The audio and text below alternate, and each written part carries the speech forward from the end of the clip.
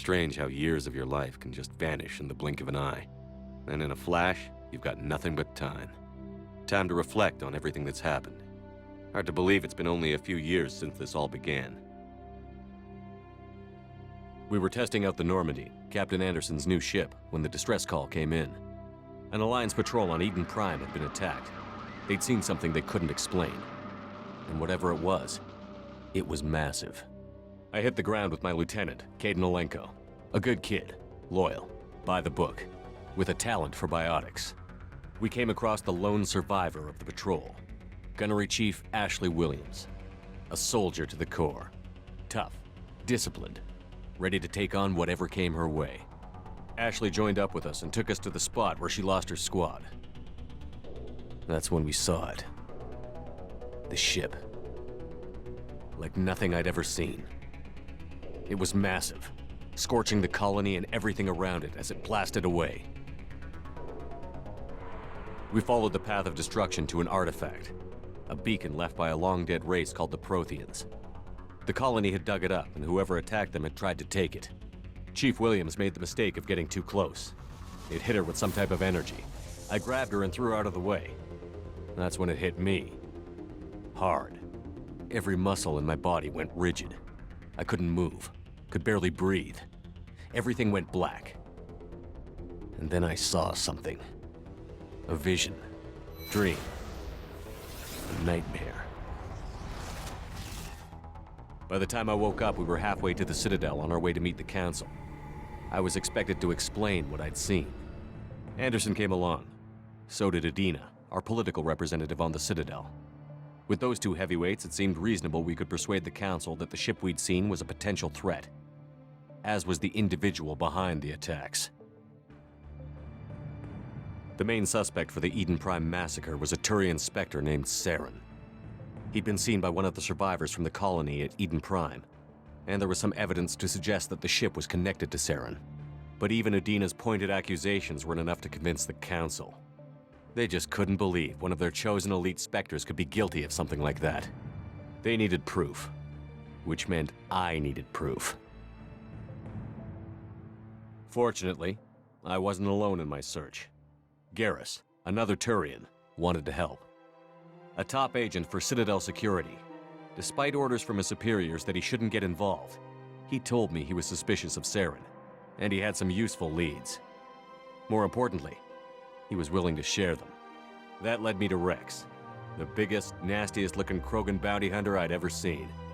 He turned out to be more than just a brute. It was his intel that led to a fugitive with incriminating evidence on Saren. The fugitive turned out to be an energetic little Quarian named Tali. A tech expert with a knack for hacking, she'd procured some information on Saren. Evidence that proved Saren was dirty. Tali's evidence proved that Saren was responsible for the massacre on Eden Prime, and that the immense warship we'd spotted was in fact Saren's flagship. But it went much further. Saren was trying to find a way to bring back a race of sentient machines from dark space. Machines allegedly responsible for cleansing the galaxy of all organic life. These Reapers were blamed for wiping out all life 50,000 years ago, including the Protheans, then disappearing back through the mass relays to dark space, leaving no trace they'd ever been. That explained why Saren was after the beacon, and it made some sense out of my visions. But not much else. We couldn't convince the Council that the Reapers were a threat, but they agreed Saren had to be stopped. They stripped him of his Spectre status and gave me the honor of becoming the first human Spectre. My first task? Bring down Saren. Anderson decided to stay behind, giving up his ship, the Normandy. He told me I would need it more than he would. He also pointed me in a direction. Liara, a Prothean expert, adept in biotics, and maybe most importantly, daughter of Benezia, Saren's top lieutenant.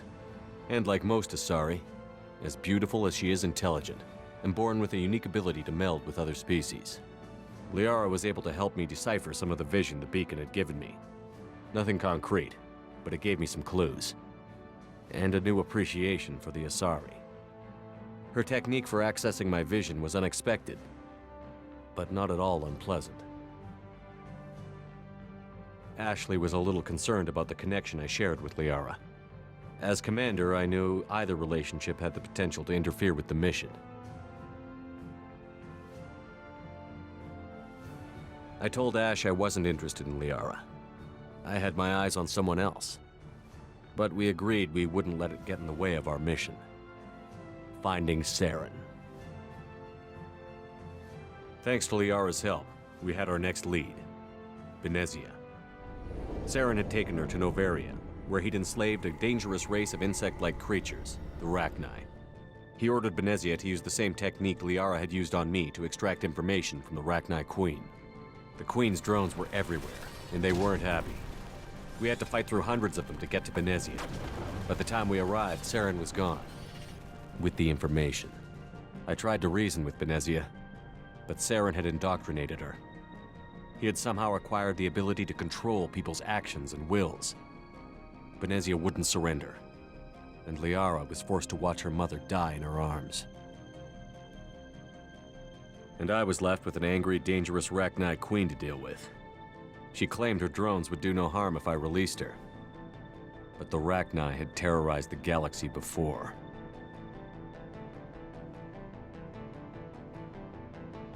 I couldn't do it. I wouldn't doom an entire species for past sins. And the Queen was true to her word. She left and took her army of drones with her. With Saren's top lieutenant dead, he was quickly running out of time and places to hide. I tracked him down at his base on Vermeer, but we soon learned it was more than a base of operations. It was a breeding ground. Saren was breeding an army of Krogan. He'd found a cure for the genophage, a disease inflicted on the Krogan to prevent them from breeding and taking over the galaxy. But the Krogan Saren was breeding were slaves, mindless beasts that obeyed Saren's will. I had to destroy the base, and all its research. Rex disagreed. Violently. Rex wanted the genophage cure for his people. I tried to convince him to help me destroy it, that these Krogan weren't real. But he wouldn't back down. Fortunately, Rex is smarter than he looks. He realized this wasn't the way to help his people, and that Saren was the real threat. When we finally got to the center of the base, I realized just how close Saren was to completing his plan. He was already in communication with the Reapers. Sovereign, Saren's flagship we'd all assumed was just a ship, was a Reaper. It spoke to me, threatened me. I could feel the menace it had for every living thing. It wanted me dead. It wanted us all dead. And I knew it was capable of doing just that. What I couldn't understand was why Saren would help it. But there was no time to think about it. Sovereign knew where we were. We had to destroy the base and get the hell out. I split up my team in 2 squads, sending Ash with one and Kaidan with the other as a distraction. We had a nuke, and we planned to use it. Before we could detonate the bomb, Saren showed up. We fought. I stalled him to make time for my team. And in talking to him, I realized the truth. It wasn't Saren who was indoctrinating everyone. It was Sovereign. The Reaper. And Saren was in deeper than all of them. He tried to convince me he was still in control. Said he found a way to reduce the Reaper's influence, but he was kidding himself. Or believing the lies Sovereign was telling him. Before I could convince him to stop, he ran, leaving me just seconds to extract my squad mates. I tried, but I wasn't fast enough. I could only save one of them. Kaidan was a good man, and a great soldier. But I had to choose, and I chose Ash. That was the last time Saren would slip away from me. I knew then, the next time we met, one of us would die. With my team mostly intact, we chased Saren and his army to Ilos, a long-lost planet that had once belonged to the Protheans. As we prepared for what we knew would be a desperate fight, I spoke to my crew. We were just one ship, against Saren's growing army. I assured them all that despite Ash saw through my words. She knew I was hurting after Kaidan's death. She could sense my doubts. We both knew this mission could be our last. Until that moment, we'd put our feelings aside for the sake of that mission. But why wait? We gave in to each other, and it was perfect. While it lasted. We arrived on Ilos, close behind Saren. Once on the planet, we discovered a Prothean databank that helped me put the final pieces of my vision together. The Reapers had come 50,000 years ago, and every 50,000 years before that, each time purging the galaxy of life. The Protheans had fought and died, like every species before them. But a few survived long enough to leave a parting gift. The Protheans had discovered that the Citadel was the key to controlling the mass relays. By sabotaging the Citadel, they found a way to close the relays to dark space, slowing the Reapers' return, giving us the time we needed to find a solution to stop the Reapers once and for all. Saren knew this. He was leading his army to take control of the Citadel and re-establish the relays to dark space. We followed him to the Citadel. It was intact, but heavily damaged. He had caught the Council fleets by surprise, and they were only now regrouping. And with Sovereign as his flagship, there was little hope the fleets could counterattack with enough strength to take back the Citadel. But Saren was done running, and I was done chasing him. As the Alliance and Citadel fleets battled Saren's army outside, I cornered the Turian bastard in the Citadel tower and confronted him. He died believing that the Reapers would save him. As I fought to regain control of the Citadel, the Council's flagship, the Destiny Ascension, fell under attack. Despite Saren's death, Sovereign and Saren's army continued to fight. The Council was aboard the Destiny Ascension, and they were requesting assistance. But I knew in order to help them, I would have to put our human Alliance fleet in jeopardy. The Council had to be saved.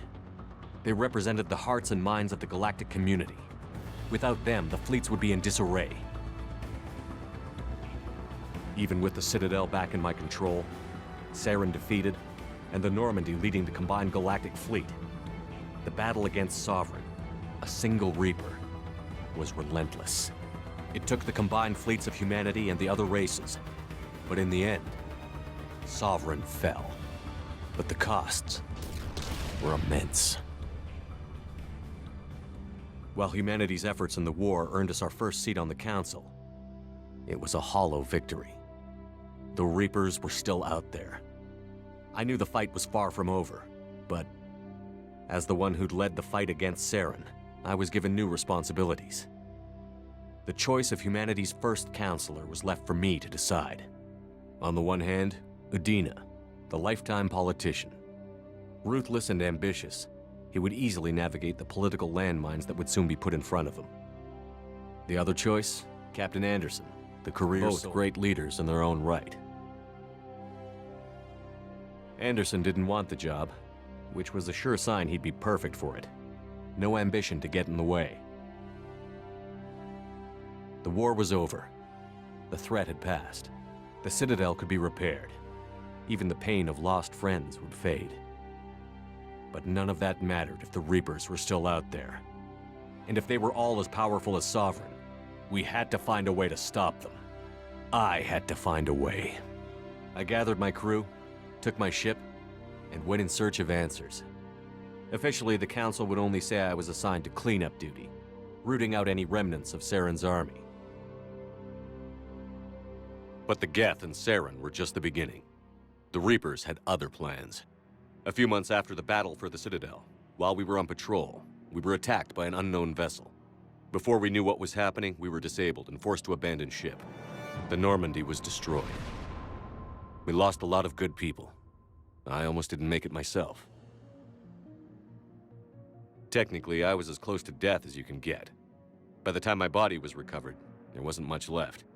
The pro-human group, Cerberus, acquired what was left of my body and spent the next 2 years rebuilding me. My memories, abilities, everything. The person in charge of my recovery was a Cerberus agent, Miranda Lawson. Brilliant and efficient.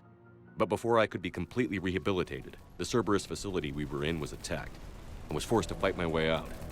In my condition, I should have died. But an ex-Alliance soldier named Jacob Taylor kept me alive. We found Miranda, and we escaped. They took me to meet the Elusive Man, the leader of Cerberus and the one who had ordered me rebuilt. The Elusive Man lived up to his name. offering half answers to many of my questions. But he did explain why he had brought me back.